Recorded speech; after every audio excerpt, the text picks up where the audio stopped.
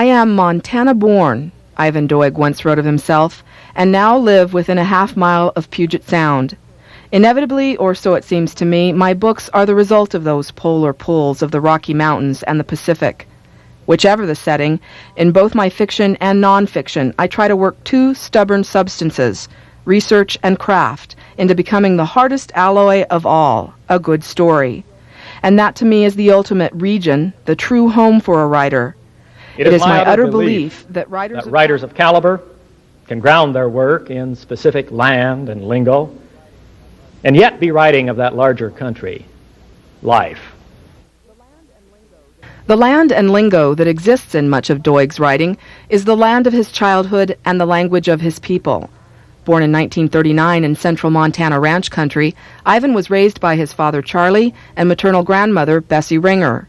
It is their family story and the cadence of their voices that he captures in his first book, a memoir, that begins with the death of his mother Bernita on his 6th birthday. First met Ivan Doig in 1978 when a woman who owned a bookstore in Missoula gave me the galleys of this House of Sky, Landscape for Western Mind. Took it home and read it all that night, and I was really wowed. I thought it was terrific. There'd been Winter in the Blood in 74 and River Runs Through It in 76, and now here was another book, and I thought, boy, the West really is going to have a literature. Since the publication of that first award-winning book, Ivan has produced 4 more set in Montana, another memoir, and a trilogy that spans more than a century of Montana's history. His current work also returns to the land of his ancestors. Television and movies tell us that life out in the sticks, life in rural areas, life in out-of-the-way places somehow is not important, that life that's important is all going on in New York or L.A. or some other seaport like that. And of course that's nonsensical, and Doig is one of the people who helps us reaffirm that that's nonsensical. The important life is taking place everywhere. I always say that if Proust had been writing about Plentywood, he would have written masterpieces about Plentywood. He just happened to be in Paris, and Doig is also writing masterpieces about Montana, and rural Montana, and historical Montana. English Crick has in it a haying season, probably the only novel published in recent time that can make that claim. Haying season of the late 1930s, when the haying machinery still was run mostly by horses instead of horsepower. When I was a kid, just after World War II, my dad was a haying contractor every summer in the White Sulphur Country, and his crews largely put up hay in that old workhorse way. So I did have my own memories to bring in and use, but I had to admit to myself, those days when I was a red-headed kid in a hayfield are getting to be a long time ago in a galaxy far away. To supplement his memories and imagination, Ivan, who has degrees in journalism and history, has become a tireless and traveling researcher. While writing English Creek, he even advertised in weekly newspapers. I heard from about a dozen people out of those ads, from mower men and scatter rakers, to a woman who took in laundry for the hay crews in Wisdom.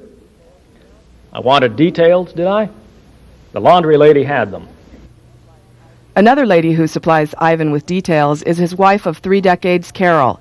A college professor, Carole provides the photographic evidence that Ivan needs to create what he calls the slow poetry of fact. Often those photographs are in front of him when he begins writing every morning at 7. His goal, 1,000 good words a day. What his words have added up to in the last quarter century is a truer picture of the frontier West and the West of today. His books push the Western out of the realm of cowboys and gunfights and into the reality of families and children and daily living on a land that takes as much as it gives. There's a wonderful blurb from Wallace Stegner on the back, who said it more forthrightly than I ever have, I guess, saying that this is a book, doesn't have any of the blahs or ennui or whatever of modern life, that people don't have time to sit around and feel sorry for themselves particularly, that they get on with it, they do their work, and they don't do it in a perfect way, and they're not a perfect family, none of them are perfect people. But they try to get along as best they can and absorb what life hits them with, and it hits them with some pretty hard stuff.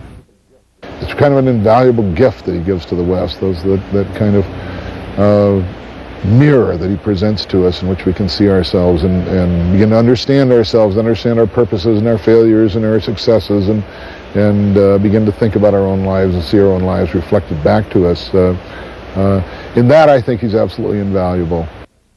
You get kids from out in eastern Montana, they never imagine that their neck of the woods is worthy of art or literature, and Ivan Doig's one of the people that proves that it is.